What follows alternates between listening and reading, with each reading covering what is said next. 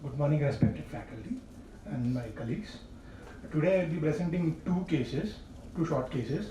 My first case is Mr. Sudarshan, a 34-year-old male, resident of Rangareddy, educated till intermediate, working as a construction worker. My patient presented with complaints of worsening of pedal edema since 2 months and frothing of urine since 1 month. I would like to date back my history to November 2022, when patient first noticed pedal edema in both his feet, which was sudden in onset. It was initially extending up to the ankle joint. Over a period of 1 month, this got extended up to the knee joint, for which he consulted a local doctor. And he remembers that he was prescribed tablet Lasix dose he was not able to recollect, for which he took for 10 days, after which pedal edema has decreased.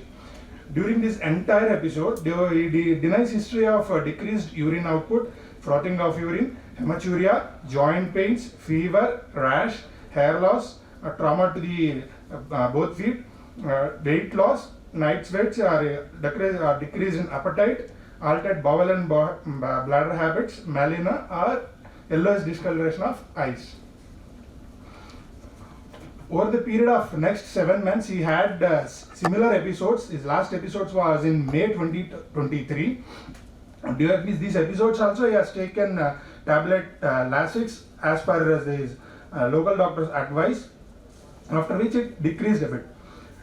Once again, he had a episode of pedal edema in June 2023, which was suddenly, gradually in onset and progressive in nature. In next 3 weeks, that is by July 1st week, he developed anasarca, generalized swelling anasarca, and he also noted frothing of urine this time. And this episode is also not associated with any hematuria, oliguria, pyuria, dysuria, fever, cough, throat pain, or loin pain. For this above mentioned complaints, he visited Government General Hospital Gandhi, where he was evaluated extensively evaluated with blood tests, urine tests, and ultrasound. And he was told that protein is leaking his protein, and he will require a biopsy. And he was also told that his protein levels were very low, for which he was given albumin infusion, which patient recollects clearly. Total 3 albumin infusions were given, along with IV diuretics. In view of some personal reasons, he took LAMA discharge on August 3rd, and last follow-up after that. Now on 10th, his initial presentation is on 10th of August to his first presentation, with present history of pedal edema and no other complaints. In our hospital, he underwent blood investigations and radiological investigations, and underwent renal biopsy on 11th of this month. During the procedure and post-procedure period was uneventful, and he was discharged on 12th of this month and was told to be was advised to follow up after a week. And during this discharge advice, he was advised that he has been started on medication which are going to reduce his proteinuria and and probably a blood thinner. Except for these complaints, he doesn't have any other significant history. Past history, nil significant. He is a non-diabetic, non-hypertensive, no history of any CVA, CAD, or tuberculosis. He is a non-smoker, consumes occasional alcohol, married since 16 years with 2 children, and without any bowel and bladder disturbances. He also denies history of any NSAID intake or indigenous medications. And there is, coming to the family history, there is no history of similar complaints in any of his family members, and no history of any malignancies in any of his family members. There is no history of any TB, heart attacks, or strokes in him or any family members. No, sir. No.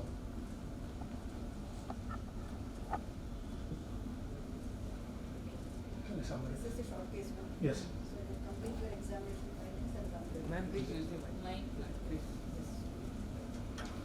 Coming to the examination, patient is well built and moderately nourished, conscious, coherent, comfortably sitting, His height is 168 centimeter and his weight is 66 and his BMI is 29.5 kg per meter square. Hair is normal, periorbital is surface are normal.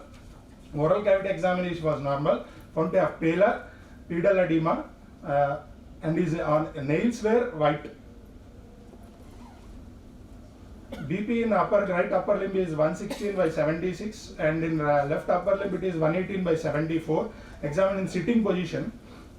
Pulse rate of 88 per minute, regular in rate and rhythm. Normal temperature. No normal in respiratory rate of 18 breaths per minute. In systemic examination, respiratory system examination was normal. In cardiovascular system examination was normal. Coming to the per abdomen examination, it was soft, distended, no scars, no tattoo marks all over his body. Umbilicus was normal. Hernial orifices were normal. Mild scrotal edema was present, and no organomegaly was detected. PR, I did not do PR. Fundus examination also I did not. CUE showed a 3 plus proteinuria. Stick showed 3 plus proteinuria. Summarize and give your diagnosis.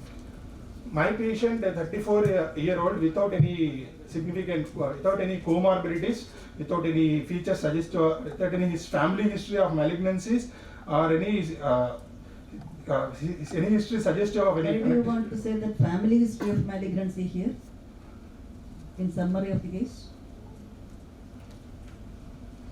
Interested in a history of malignancy in him or in his family? In himself.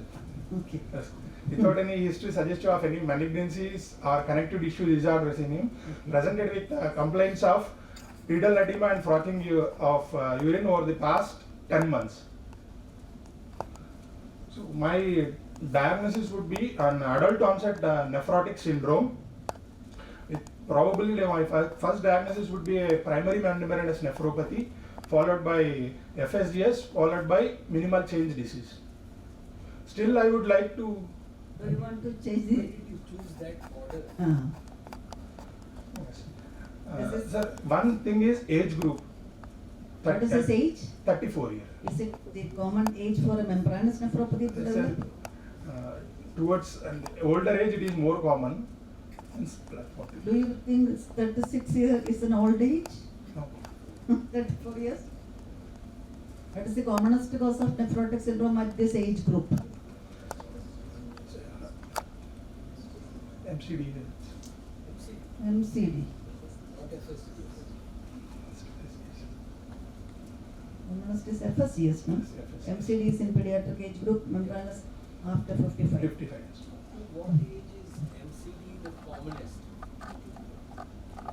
The third decade is the. Huh? Sorry. Minimal Second change. decade. Second decade. First. Up to what age, roughly?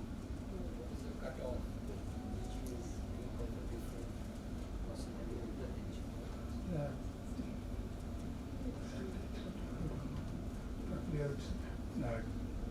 Below 18 years, it is most common, sir. No, 12. Mm. 12 is the most common.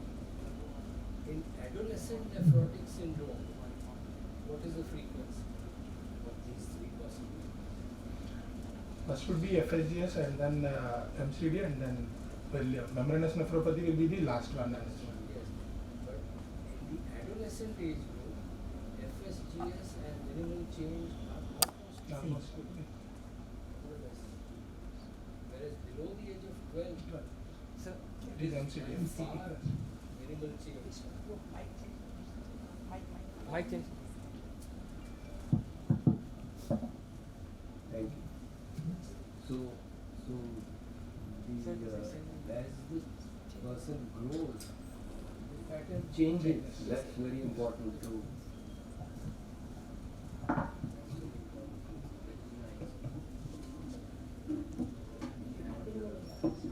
Is a change in the pattern taking place also?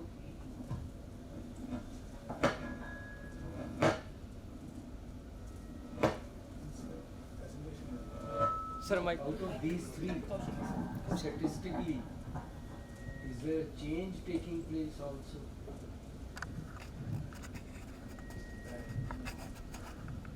probably FSGS becoming more common.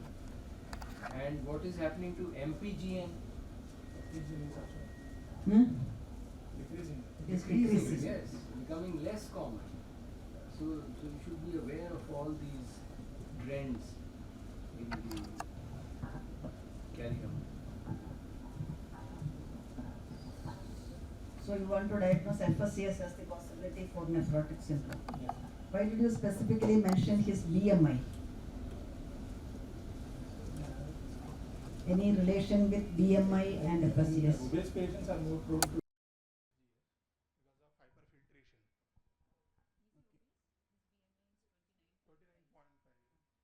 29.5. Categorized. No, these can be considered as overweight but not as obese.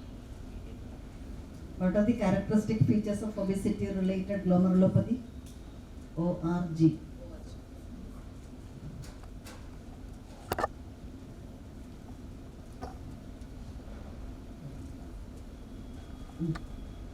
What is the type of FSCS in developing? Perihilar variant is Secondary FSCS, usually perihilar. Perihilar variant. Typical histopathological appearance? There will be sclerosis of the glomeruli with close to the hilar pole. That is what you mean by perihilar.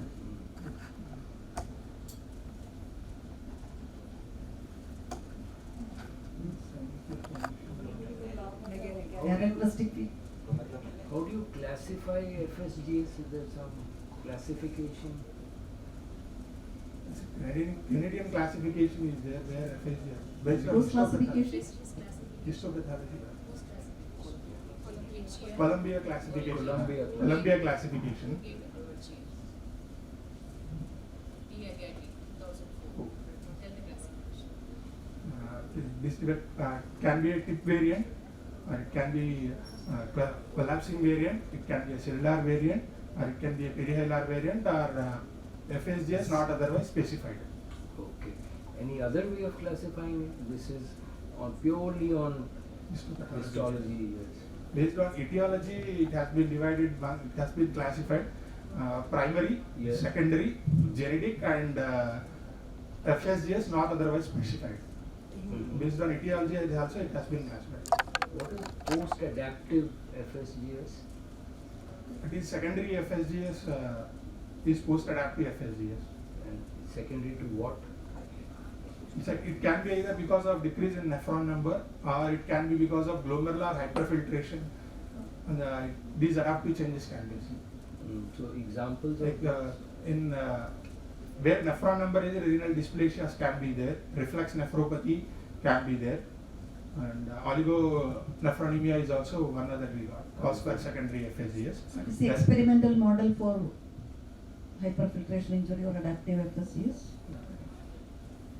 Experimental models. Experimental model for adaptive FSCS? Hmm? As a producer, this is a very simple IQ question. Suppose you have to produce this. You have to remove some part of your kidney and study what is happening to remnant kidney? 5/6 nephrectomy model, isn't it? That is all IQ question. You are yourself telling this is not adaptation.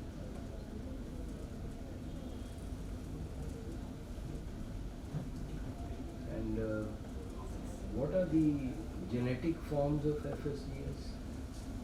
In genetic form, they are also divided into two terms. One is, and the genes are affecting the podocyte per se, and the genes that are affecting the basement membrane. Podocyte related ones are nephrin, podosin, and CD2AP, and whereas coming to the basement membrane, laminin defects and integrin defects are associated with it. And nephrin is called as Finnish type, nephrotic syndrome type 1. Can you classify them according to their inheritance also? Based on their inheritance, they can be classified as either autosomal dominant or autosomal recessive. So nephrin and podosin come in which category? They are autosomal recessive gene disorder. So what are the indications for genetic testing in nephrotic syndrome, in FSDS? One thing is patient is steroid resistant, nephrotic syndrome is there, then we have to consider genetic testing. Other, if patient develops secondary steroid resistance. Secondary steroid resistance. Steroid then also resistant nephrotic syndrome in pediatric age group. pediatric age group. 2. Other indications for genetic study. Is it recommended routinely for all nephrotic? Syndromic Not features are recommended. there. If there are syndromic features, Then we will do genetic testing. then if there is family history of Family history of nephrotic syndrome, nephrotic syndrome. then If the family history involves only one generation, then what does it indicate? It is autosomal recessive, sir. Yeah, then it's recessive. And if Recessive. it involves two generations, It is autosomal dominant. then it's autosomal dominant. Yeah. So that also can give you a clue to the disorder that you are you're dealing with. Roughly how many gene mutations have been identified so far? Just a rough figure. Because every 250 few, is every few days a new one is identified. So there's so many. pertained only nephrotic syndrome FSGS. But EFS, yes. Sir, 250 is 250, but probably that's much more than I know of. But anyway, yeah, it's a large number of them. And any recent figure, any idea of which is the most common mutations associated with FSGS? It account for a significant number, a large number.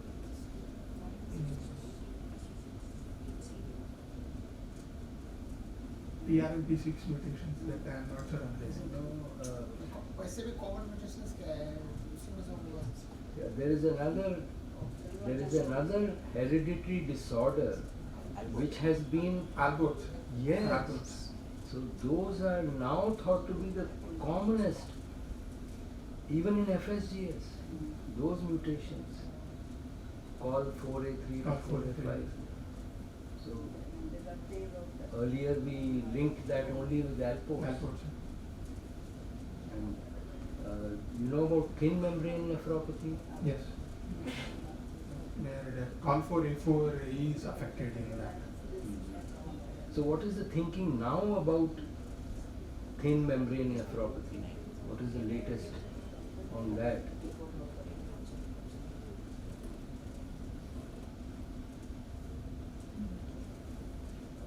They are saying that it should not be considered a separate entity. It should be just considered a variant of Alport syndrome itself. Right? Because they say any mutation of COL4A3, 3, 4, 5, any of those mutations, the name given should be Alport syndrome. So thin membrane should not be considered a separate entity, should be considered a part of Alport syndrome only.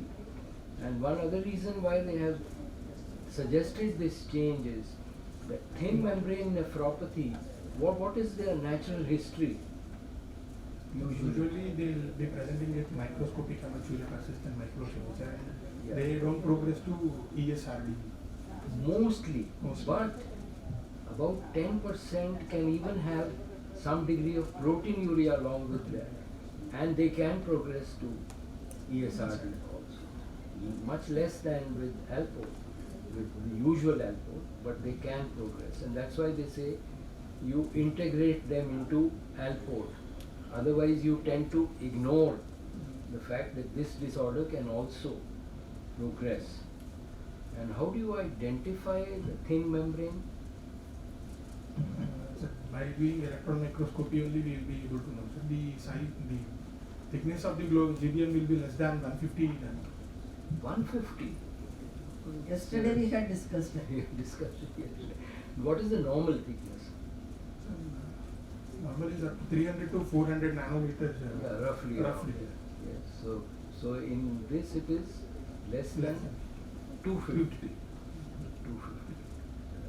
That would be the figure.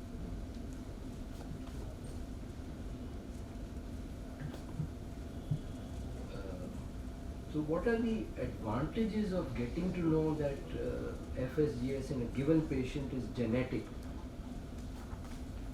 one thing is we can prognosticate in post-transplantation because genetic forms usually do not recur.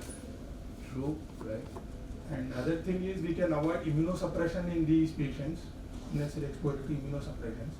Yeah, yeah. So those are the two main benefits of knowing that it is genetic.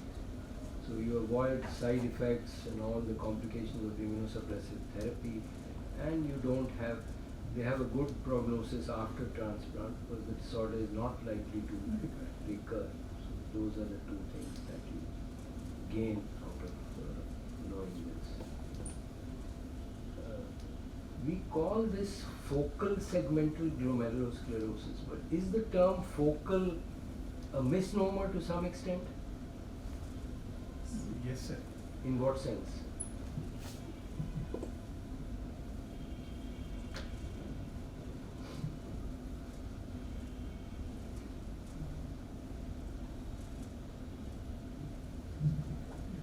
What do you mean by focal?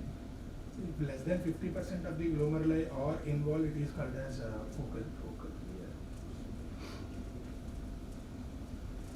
If you do an electron microscopy, what do you find? There will be diffuse effacement of the food processes. Diffuse, isn't it? Yes. So it's So not it focal. is not focal. So it's not focal. So the sclerosis is focal, but the foot process effacement is not focal by any means. So that may be the reason why some people feel that this is misleading to say that it is focal. How was it first identified, this condition? Why is it difficult to identify firstly? Sir, we need minimum 20 glomeruli to identify focal segmental glomerulosis. Very patchy involvement will be there. So what is And which glomeruli are involved early? juxtaglomerulary glomeruli will be involved. Juxtamedullary glomeruli. And they constitute what percentage of the total number? 15% of the total number. 15% only. The rest are superficial. 85% are superficial. And that's the reason. That's one of the main reasons. So the patchy nature of the disease. So how did they identify it the first time it was found? Postmortem biopsies. It was autopsies. Biopsies. Yeah. It was a group of 20 patients with suspected minimal change who died, and then they did postmortems, and then they identified this lesion. A person named Arnold Rich, who first did that study and identified this disorder. How will you treat an FSCS, primary FSCS? Primary, if is I'd like to give a steroid transdermal initially. What's the expected response to steroids in FSCS? 80% of the patients respond to 80. Children, adults, children respond to 50 to 70% is what they said. In adults also respond to steroids. not that much. Not that much. So how many MCD will respond to steroids? They all use number 90% of the patients in MCD will respond. 80% of FSCS will respond according to you. Do you agree with his statement? Response rate is only 30 to 50%, 30% only. 40%, and in adults it may be a little less than that. So if the patient is not responding to steroids, what is your next option? You can go with the CNIs. I can. How will you start CNI and how will you monitor? If you are starting steroid, it has to be overlapped with steroids, and I would like to start cyclosporin or tacrolimus. Preferably be tacrolimus, looking at the cosmetic part. What is the dose? Dose 0.05 mg to 0.1 mg per kg, and I would like to maintain at rough levels of 5 to 10. When will you assess the response? At 6 months is minimum. We have to give a period for 4 to 6 months. If partial remission is also not attained during that period, then it is called. Then I would like to stop CNIs. Do you want to give rituximab? Yes, ma'am. If patients are not responding to CNI, we can prior rituximab or Do you MMF. think a steroid resistant adult FSCS will respond to rituximab? No. It is a combination of either a Which combination of group has MMF and maximum response to rituximab? CNA resistant patient. And Steroid dependent, frequently relapsing Relapsing pediatric MCD. pediatric. That is the group. This is the best group for rituximab. So rituximab is an alternative to what therapy which used to be used earlier in these patients? Cyclophosphamide. Yeah, cyclophosphamide. So is there any comparison of cyclophosphamide with rituximab in this group? There is. And it showed superiority of rituximab versus cyclophosphamide, although it's not a very large study, not a controlled trial, but it did show superiority. What is the antiproteinuric mechanism of rituximab? How it reduces your proteinuria? I think it mechanism, sphingosine attacks through sphingosine mechanism. Tell me the exact mechanism.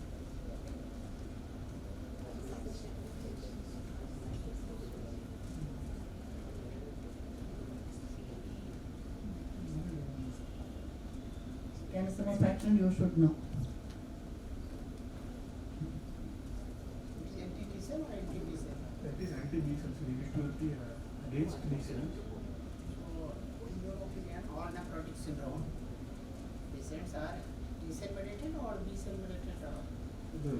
So MCD is mainly thought of being a T cell mediated injury in MCD. But ultimately, if T cells are activated, B cells also will be activated. So the rituximab has a role in that sense. How T cells and B cells both are activated? You are right, but you should know about the mechanism.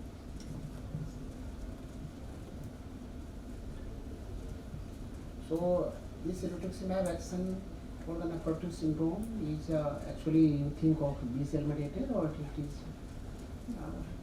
something different also? It's different, it is not because of B cells and it acts through sphingosine pathway, but I don't exactly. So, you are right, minimal change disease was thought to be a disease of the T cell disorders. Yes.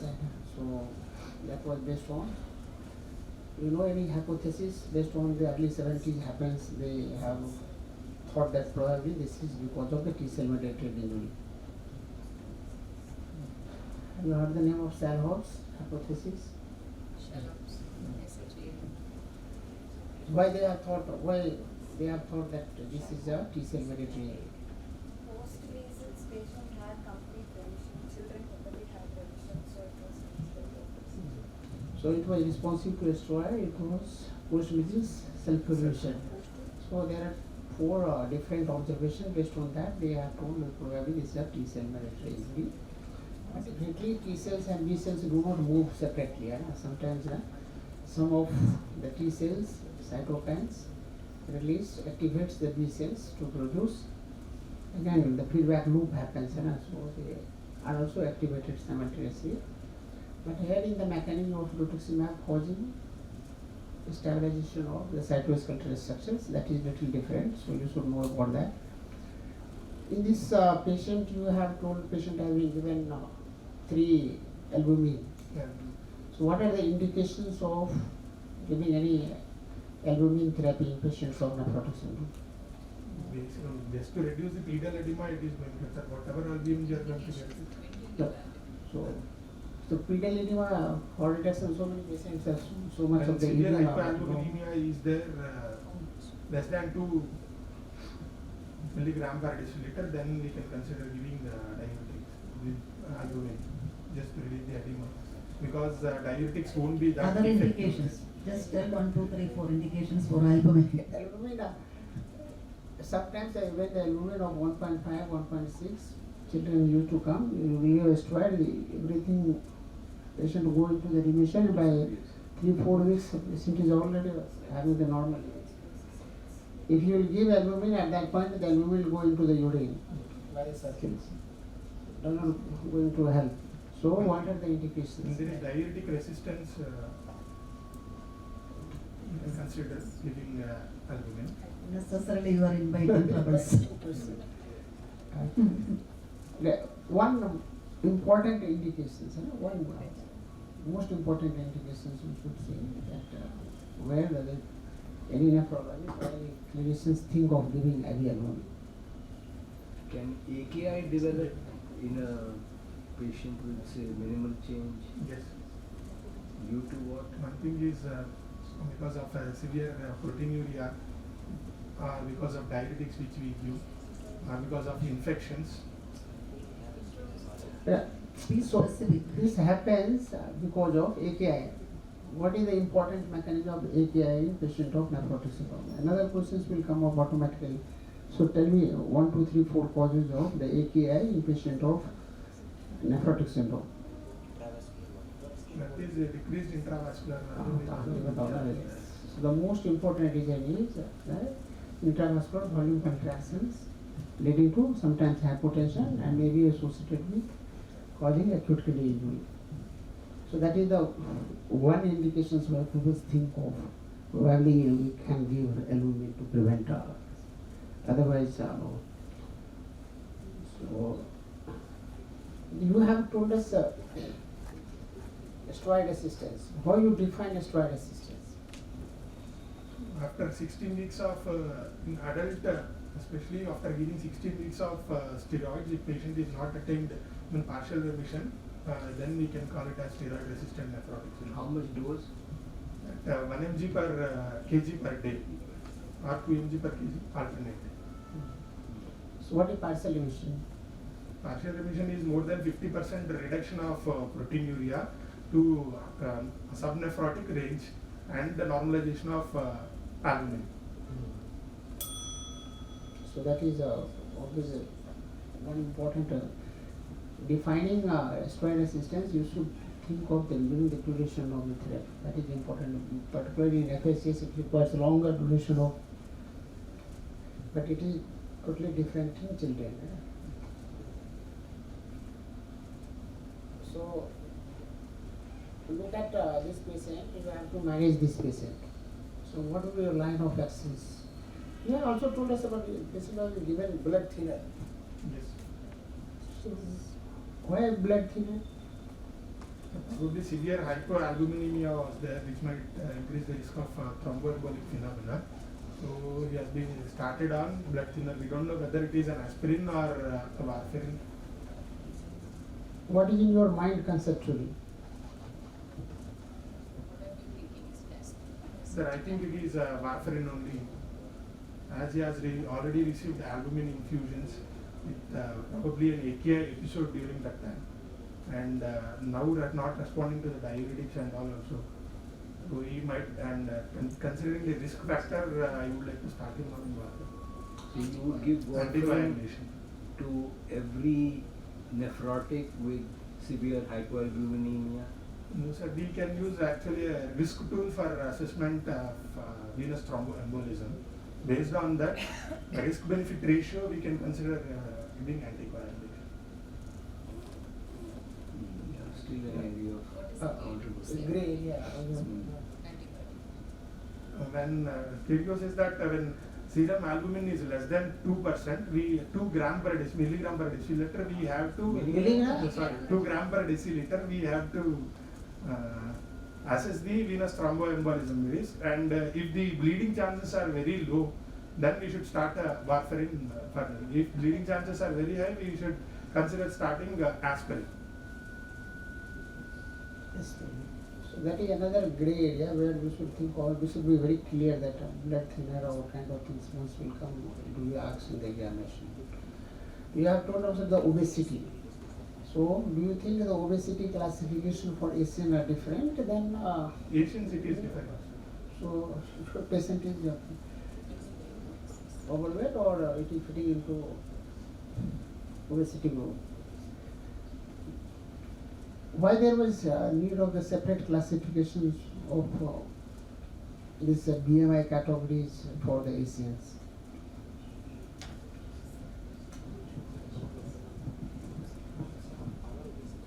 What you have answered, I am asking only that. I'm not asking different. are built when compared to the Western population. More. Visceral Visceral. body composition. The same cardiovascular risk was for the similar BMI. And if suppose for the Western populations, what was at the 30, it was seen at the level of 25. So category was less than 18, 18 to 25, 25 to 29, and within this. So Western classification, or for the WHO has given the same classification for differently for the Asians. Looking at probably the risk, cardiovascular risk at the lower BMI is more than the Western population. So this was the required. That's why we have to see when we are talking about the BMI, because BMI is the one thing in which every students will speak during the examination. So you should be very clear about the BMI prospects for the Asians versus Western population. We got diuretic prescription for him. Admitted to the hospital with massive edema. Prescription of Diuretics.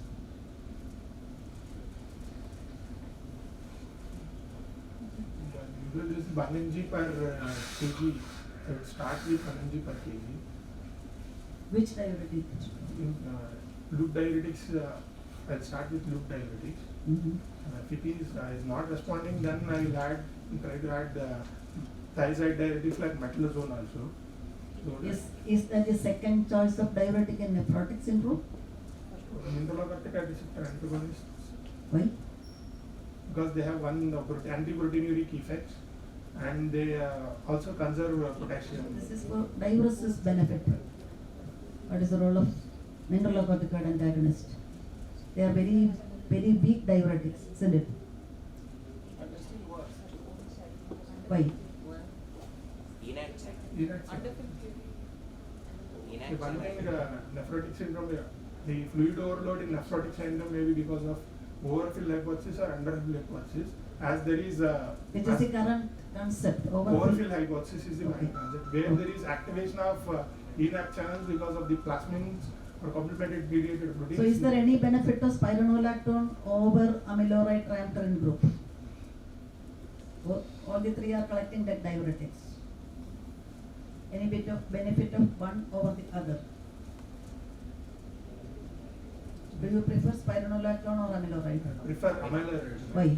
Because there is direct activation of the ENaC channels where Spironolactone also indirectly will block it is amiloride. going to block mineralocorticoid receptors. Where then And overall secondarily hypothesis- it blocks your ENaC. Any other mechanism for beneficial effect of amiloride? Any plasmin related mechanism for salt and water retention? In nephrotics? Plasma is actually going to, it is going to activate the ENaC channels. It increases the open probability of ENaC. So direct blocking of ENaC may be more More efficacious efficient. than spironolactone.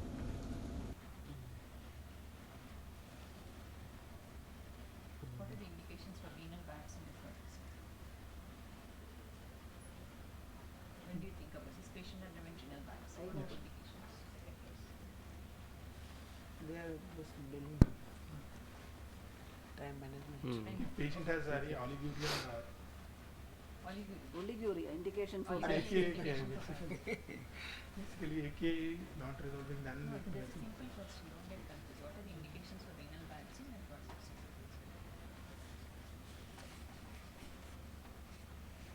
one thing as I've said before, the steroid resistance is there, and it becomes an indication. At onset of the disease. frequently asked questions. है ना? You should go and revise this. What are the frequently asked questions? है ना? So, kidney So, biopsy- like for instance, what madam is asking, supposing you get a 10-year-old child with a nephrotic syndrome, will you straight away do a biopsy? No. Why? So, Age that group, then, MCD is most common, I'll try to What give age group steroids do you first. think about using? so After the age of 12 years, patient is not responding to the steroids. अगर इस group में भी करेंगे तो नहीं। क्या क्या करेंगे? When we will do in the same group, even if 2 to 10, we do not do mostly biopsy, but sometimes we do biopsy. So what we see, then we do biopsy. So that is simple question. Between 2 and 10 years of Yes, age. When will you plan it? And steroid resistance is there. In your And Steroid resistant, you have to wait for 8 weeks. Why are you sticking on to steroid resistance? At the presentation, what are the indications? and syndromic, no need, no. Straight indications. Like patient presenting to you with this, you will go ahead with renal biopsy between age 2 to 10 years. What are the features that tells you that this is not MCD? Something more than MCD. What are those findings? Active sediment, You have 3, 4, now hypertension, renal One thing is insufficiency. you have 3, 4, you have already enumerated minimal change disease, FSGS, membranous, MPG, and these are 4, 5 categories of the patient who present with this childhood nephrotic syndrome. So you should know what would be there, then I will try to think of it is mode. When you think that it is FSGS, not minimal change disease. When you have active sediment, you have hypertension, you have presence of renal dysfunction. Underlying system. And a low C3. Similarly, when you see the low C3, your diagnosis totally changes. You can go on to some other diagnosis you think of doing the biopsy. And also, you should know about all this scenario and you should prepare yourself in this fashion. Time up. You and your presidency. Second.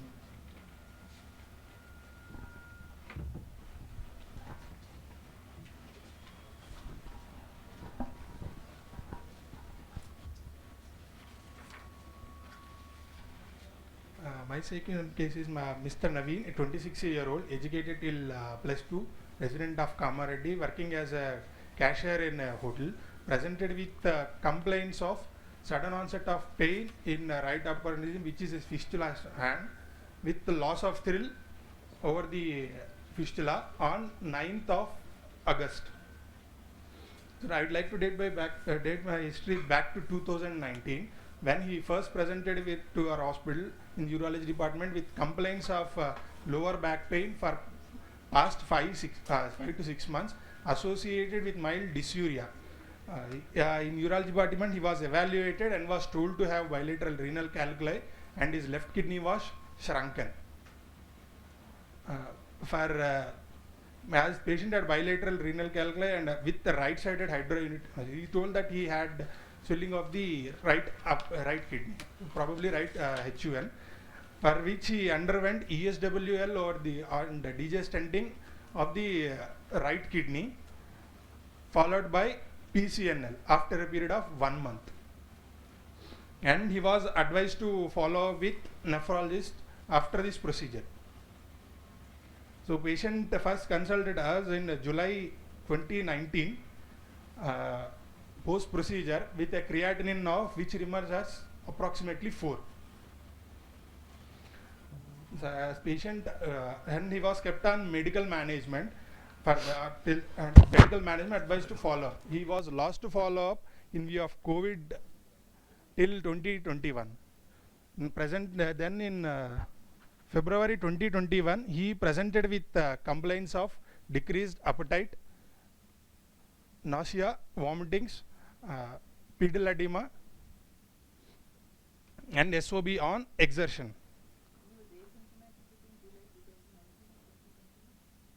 Yes, ma'am. Yes.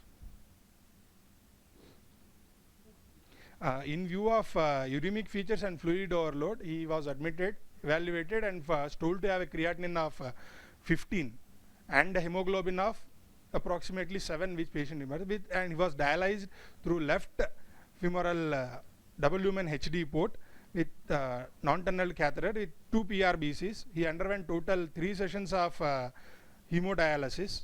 After that, he was told that he will require to continue hemodialysis.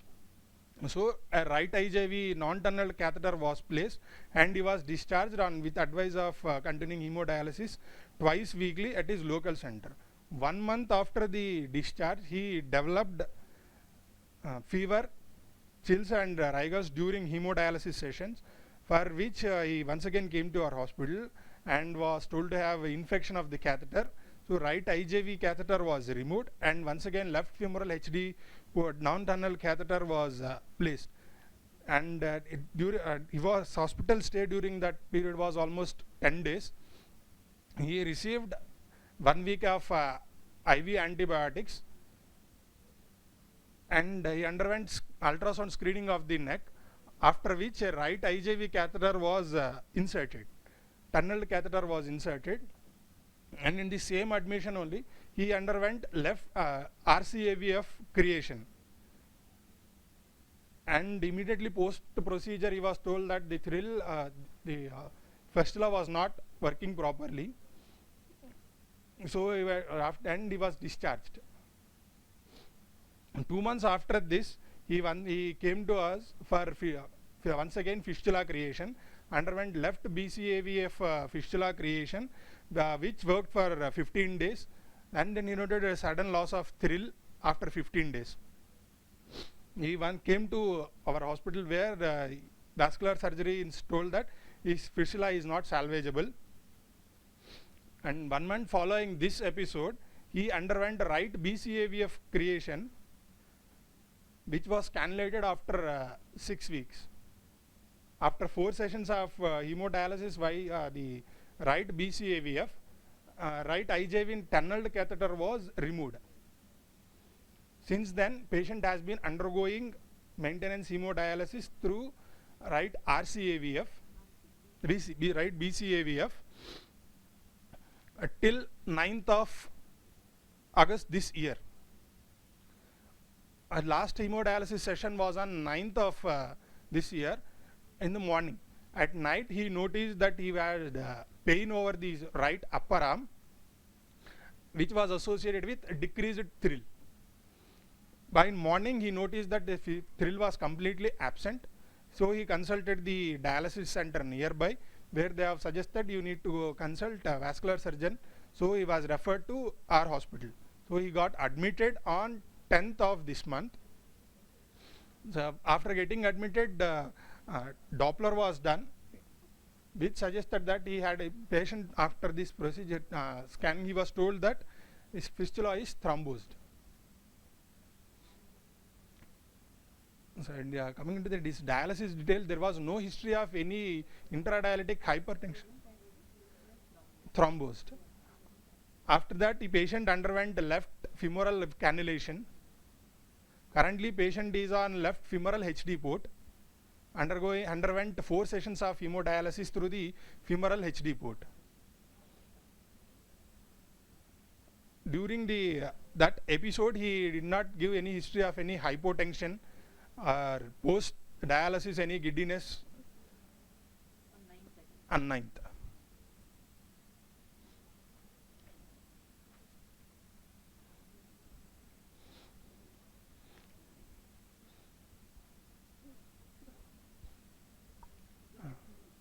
Nothing. Examination. Then that is patient is going into the personal history. He is a non-diabetic, non-hypertensive, currently under non-hypertensive, unmarried, is non-smoker, non-alcoholic, currently using only calcium supplementation. Right now in this admission, he has been started on calcium admission, and no other medications he is taking. He is getting erythropoietin injections during regular dialysis thrice. Yes. Yes. He is undergoing thrice weekly dialysis at present. His residual renal function is urine output is 200 ml per day, and he denies any history of intradialytic hypotension or hypertension over this 2 years period, and interdialytic weight gain of approximately 1 to 2 kgs only. He received only blood transfusion during his first admission. After that, he never received any blood transfusions. Yes, ma'am. I mentioned, I taking getting erythropoietin thrice weekly after each HD session. And He vaguely remembers that he has received only 2 doses of hepatitis B vaccination. After that, he did not take.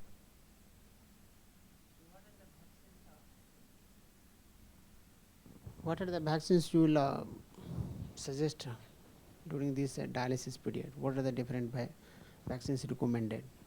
This hepatitis B vaccine, pneumococcal vaccine.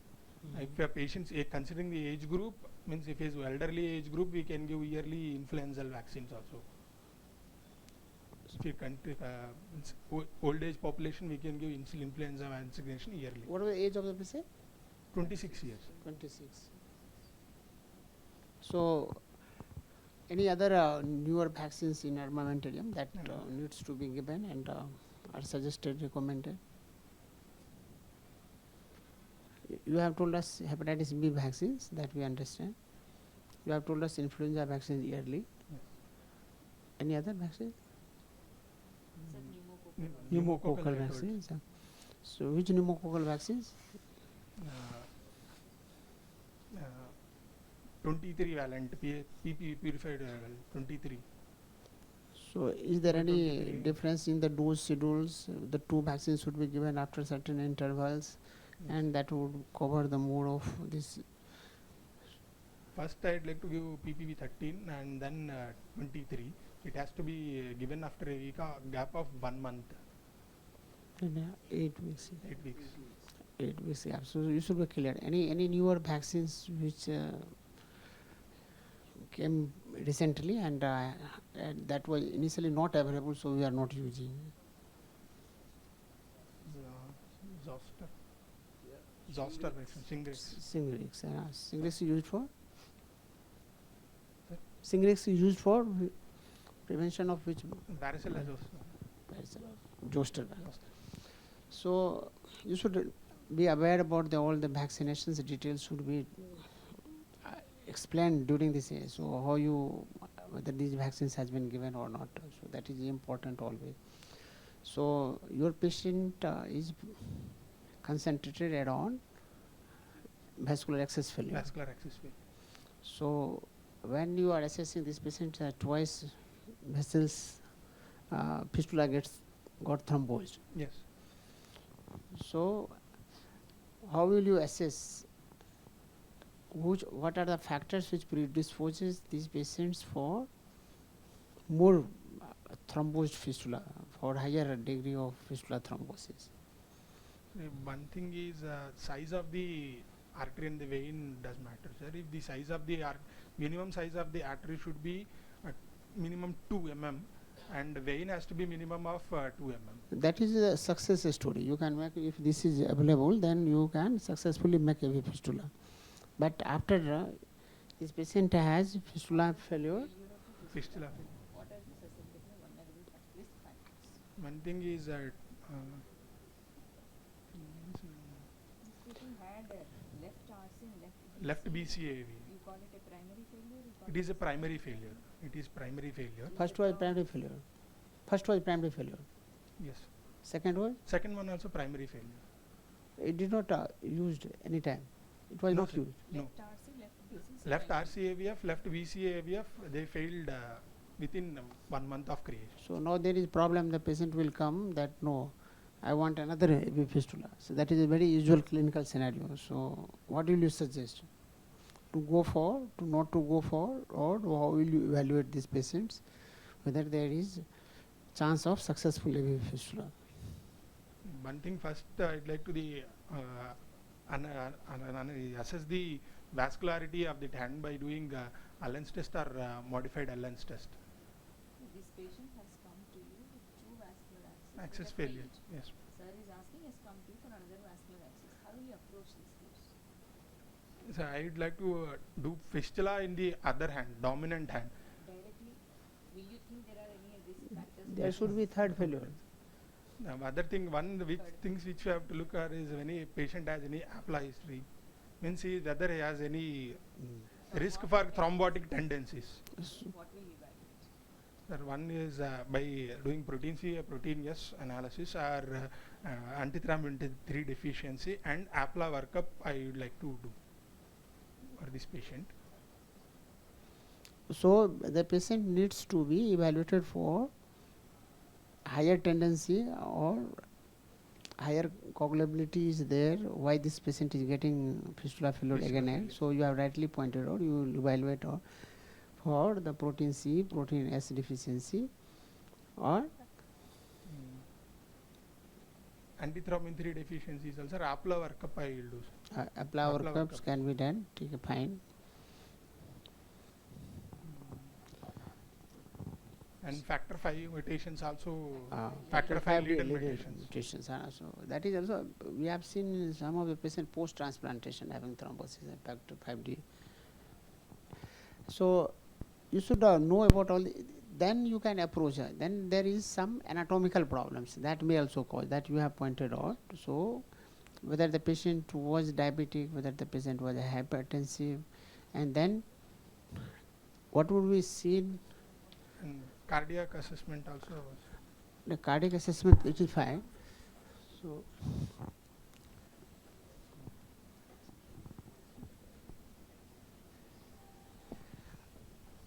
what would be seen in the vessels that will show no, probably the success might be again problem. आपने एक diameter बताया, you have told us about the diameter of Yes, the sir. vessels, flow, you will assess the vein, Yes. and on the Doppler something else you see, then there is chances of less success. If multiple collaterals are also there, multiple draining veins are also there, then chances of success would be there. Then function of the AV fistula might be impaired. So you can block these collaterals and you can use this AV fistula. So is there any impact of, see you are a nephrologist, so you have to think of in the terms of the different armamentarium happening in ESRD patients, where that is affecting. Atherosclerosis. So if very much atherosclerosed vessels are there, chances of success would be less. That is fine. So sometimes intimal calcifications is very high. So when you are thinking in terms of the ESRD patients going for this, another important parameters, what you will see?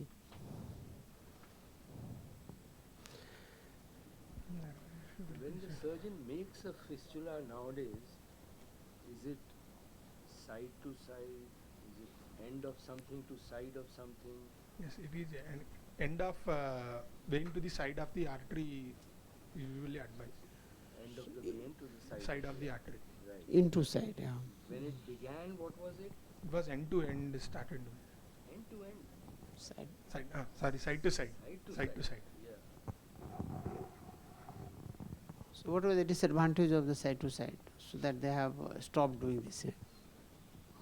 Stenosis risk is more. Stenosis. Steel. No. Still, more important than that, what was the reason why pupils gradually, only few persons are making now side to side anastomosis. Majority it is into side.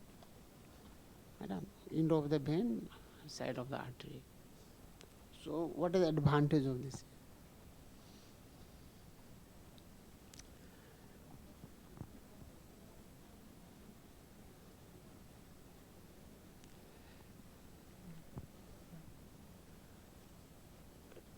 When there will be more flow towards the distal side, what will happen? Venous hypertension. Red hand syndrome. Red hand syndrome, don't go to the fascinating words. So first of all, there would be venous hypertension. Venous hypertension will persist for longer period of the time. You might have seen many patients having this, some gangrenous changes on the fingers and hand, so much difficult to control. So you should know about all these things, and you should also think about the CKD MVD parameters which affects flow of the vessels. So CKD MVD parameters, particularly you are nephrologist, you have to think of. So suppose severe medial calcifications are there, and there is a totally uncontrolled CKD MVD parameters, chances of success would be less. Hyperparathyroidism in some of the studies has shown independent effect on the success of it. So you should know about all this. So then you will approach this patient so that we can prevent the third failure of the AV fistula. How many vein catheters has he had so far? Two cannulations, sir. First was right IJV non-tunnel catheter. After that, right IJV tunneled catheter, which was there for almost 9 months. So both on the right side. Both on the right side. So left side he did Left not. side did not have. Alright. So why is that important? Because each cannulation might increase the risk of central venous stenosis. Yeah, that's very important. So in such a patient, when you're going to make a new fistula, you have to be sure that there is no central vein venous stenosis, particularly on that side, or affecting the superior vena cava or anything like that. Even that can get stenosed sometimes, and that will affect then both upper limbs. Upper limbs. Right. So otherwise, if you don't exclude that and you make a fistula on that particular side, you'll run into an immediate problem. There'll again be venous hypertension. The limb will get swollen. The whole limb will get swollen, and that fistula will not last for very long. So that's and it's a very common problem in patients who are on maintenance dialysis.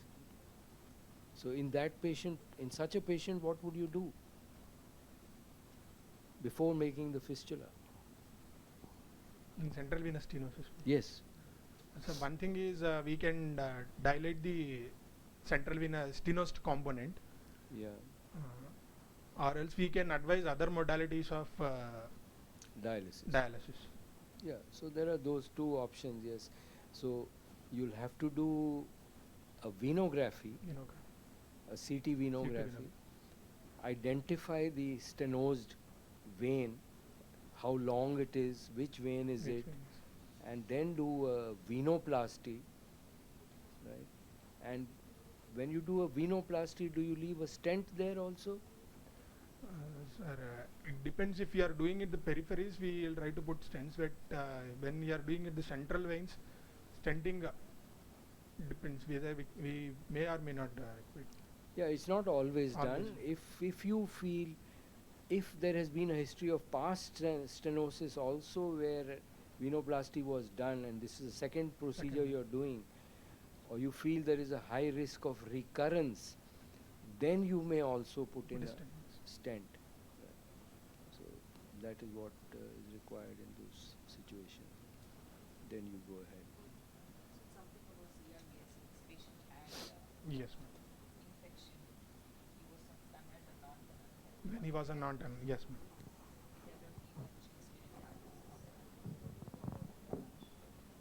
So when a patient develops CRBSA, first thing which we should do is we need to collect blood cultures, one each port of the catheter, and we need to send simultaneous blood culture through the peripheral vein, and if it was, we can do the tip culture also.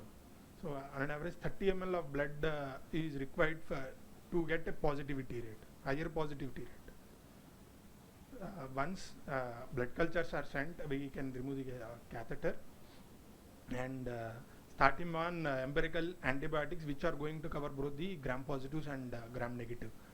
So gram negative would be a third generation cephalosporin, and gram positive would be a first generation cephalosporin.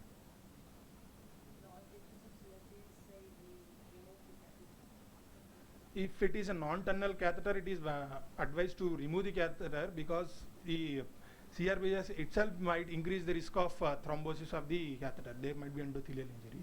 So if it is a tunneled catheter, if there is only exit site infection, we can try to salvage the catheter. Exit or a tunnel infection, we can try to salvage the catheter. Or else if patient doesn't have any other access except for the permacath, then we should try salvaging that catheter by giving antibiotics.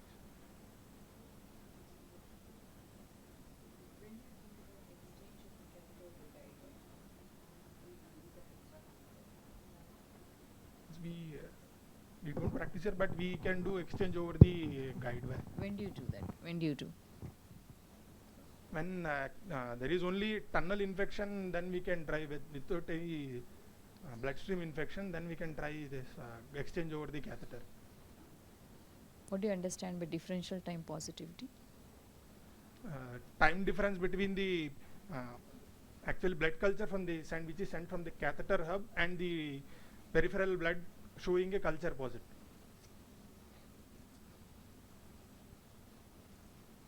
Is there any possibility that you can prevent the occurrence of the infections in the catheter? Yes, ma'am. Catheter care, we can advise. One thing is, we should tell patients not to wet the plaster wherever it is, and try to, whether and whenever he goes to dialysis. Are there any other methods? Okay, catheter care. Apart from that,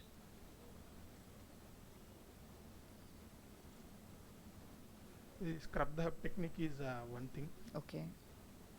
That is the care. That is how you Catheter start. care. How about antibiotic lock solutions? What's your opinion about that? Antibiotic locks are usually not advised, except only indication if the positivity rate, that is CRBS rate is more than 3.5 per 1,000 patient years, then we can consider giving catheter locks, or else it is not advised. What are the chemicals that can be used as antibiotic locks? And, Or what is an antibiotic lock composition? I think it is either purely antibiotic, or it can be a combination of an antibiotic plus heparin. What antibiotics? Gentamicin can be used, vancomycin can be used. How much?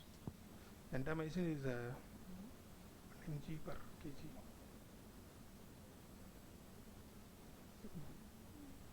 This patient now had a secondary failure of the fistula, right? Yes. Secondary. What are the Second. causes of secondary failure of the fistula, and how will you evaluate? One thing is the thrombosis, or there can be stenosis. So this patient had thrombosis and Thrombosis. Doppler. Yes. You have done Doppler on the second day of the closure of the Yes, ma'am. thrill. Yeah. So what is your approach to such a scenario? We can try to salvage the fistula if the patient presents within 48 hours of thrombosis at max. The early the presentation, then the success rate of the procedure will be more. Now, what So- are the strategies? How do you approach? This patient One has a thing is- thrombus on Doppler. One thing is thrombolytic, by using thrombolytic agents or using invasive procedures for thrombectomies. All the success of these two depends on the thrombus load also. In my patient, there is extensive thrombus on clinical examination. Entire fistula tract was very hard, so probably the thrombus load is very high. So no point in trying to salvage the fistula in this patient especially. What is rule of 6 in fistula maturation? Rule of 6. Rule of 6. The minimum length of the fistula, matured fistula, has to be 6 centimeters. It should be 6 mm deep. Blood flow should be 600 ml. And diameter has to be 6 mm. And flow should be more than 600. Already said. And, Year and of 6 6 weeks per maturation. maturation. Yes. What is fistula first policy and patient first policy? Is it described? Madam is asking about fistula first, First policy, patient yes. first policy. Is it described in the? Yes, ma'am. It is that. In fistula first policy, we have to counsel the patients before they progress to ESRD, and fistula has to be preemptively created. And and if a dialysis initiation requires, it has to be done to the fistula. That is fistula first policy. When will you do it? In a given patient who is progressing. Yes. When will you plan the fistula? I'll try to I'll start counseling the patients when his GFR falls below 30, and I would refer the patients for fistula creation when the AGFR is 15 to 20 ml, So stage 4. stage 4.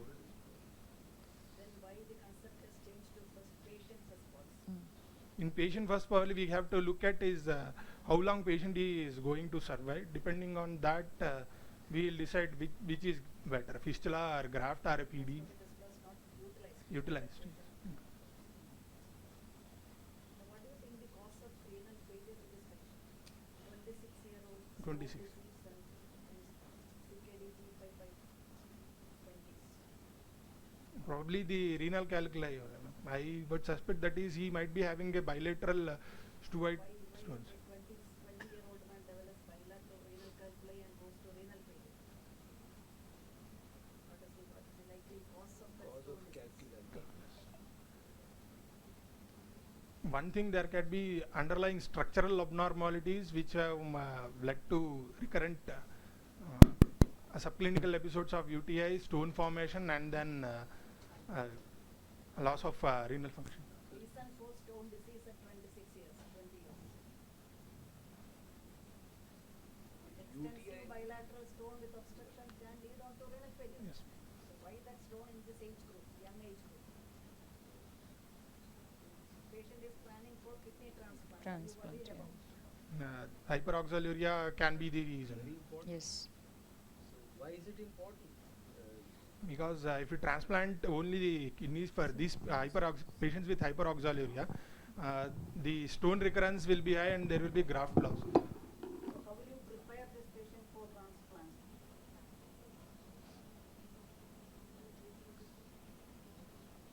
So you want to do a genetic study? Yes, genetic studying is What is the expected mutation in this case? mid type 2, but enzyme aldolase enzyme defective. Bigger by 20 years. How do you modify his dialysis prescription pre-transplant?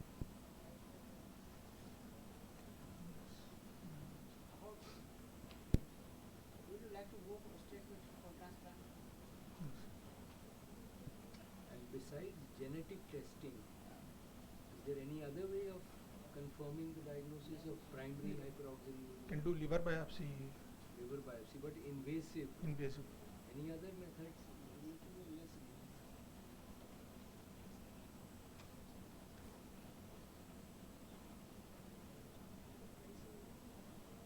Any other biopsy?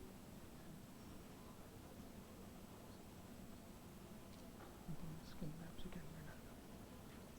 No, it's not being done.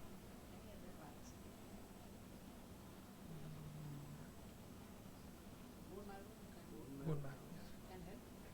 What do you say?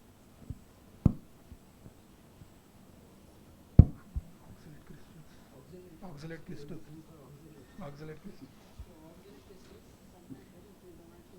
Will you advise a combined liver kidney transplant Yes. for him? Hmm? Yes. Why?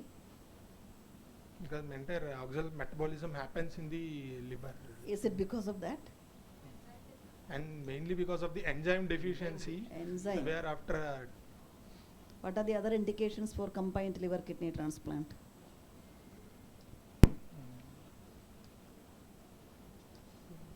cirrhotic patients with CKD. Yes. Okay. Anything else?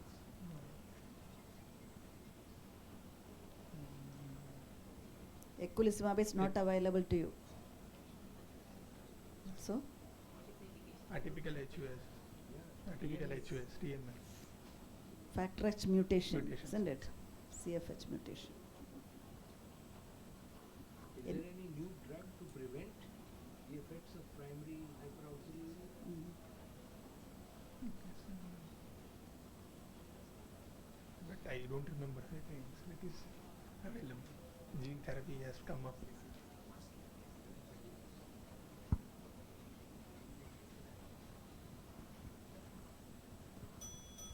What is the most common reason of most common side of stenosis?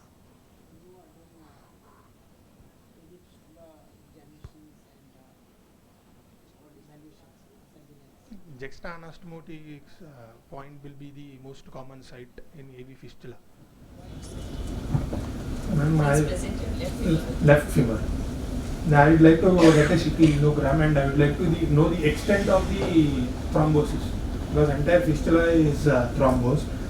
What extent, if there is the thrombosis extended towards the confluence, then I will not be able to put left JV tunneled catheter. This is right BC, which is gone right Right BC. BC. Thrombosed is right BC. Entire segment is thrombosed. Yeah. What is the plan? Now he is a left femur. Yes. Let's assume that the thrombus is there extending and it's a chronic thrombus Thrombus. probably, because you're saying clinical examinations. Other thing would be we can after counseling patient we can give an option of PD, or we can convert that left femoral non-tunnel catheter into a tunnel catheter. Tunnel catheter is one option. Non-tender. What happens to a fistula after a successful transplant?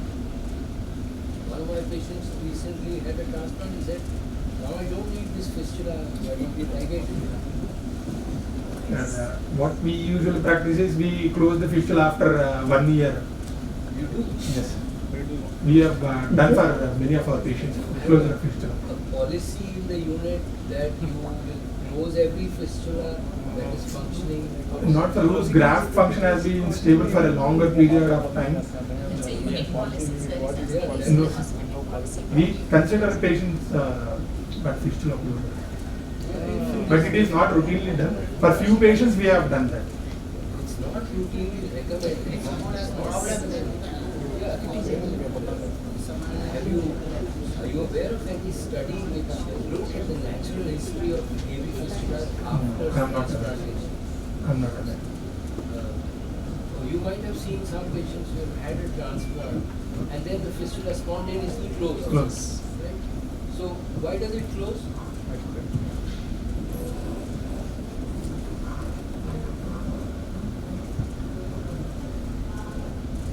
So there is actually a study where they looked at long term what happens to these fistulas, and in the large population they showed that as many as 10% of these fistulas will thrombose in the first month after transplantation. That's the highest rate at which thrombosis occurs post-transplant. After that, it declines. And at the end of 5 years, around 60% of fistulas are still functioning. And they never went for surgical closure of a fistula that was not causing any problems. In fact, it is even mentioned that sometimes, say, a graft may fail after 10 years. And if the fistula is still there, you can use it again. So you don't need to have that kind of a policy that you mentioned. If a fistula is causing problems, like there is a huge venous aneurysm, or a very high flow, or distal ischemia, or severe pain, Central venous stenosis. so if you have an indication, then only you No. surgically extirpate it. Otherwise, Only good. So, going for anything for any fistula or any internal jugular vein catheterization or Pramacath, what will you do? Evaluate all the risk factors, that is fine. Then, definitely we should rule out the central venous stenosis risk group of the patient. And so, patient is randomly failing again and again. And so, it is very simple to do venography and either CT or conventional and get this whether there is any stenosis. That we should rule out. And then we should evaluate before going forward any fistula about all these coagulation factors which reduce hypercoagulability in this.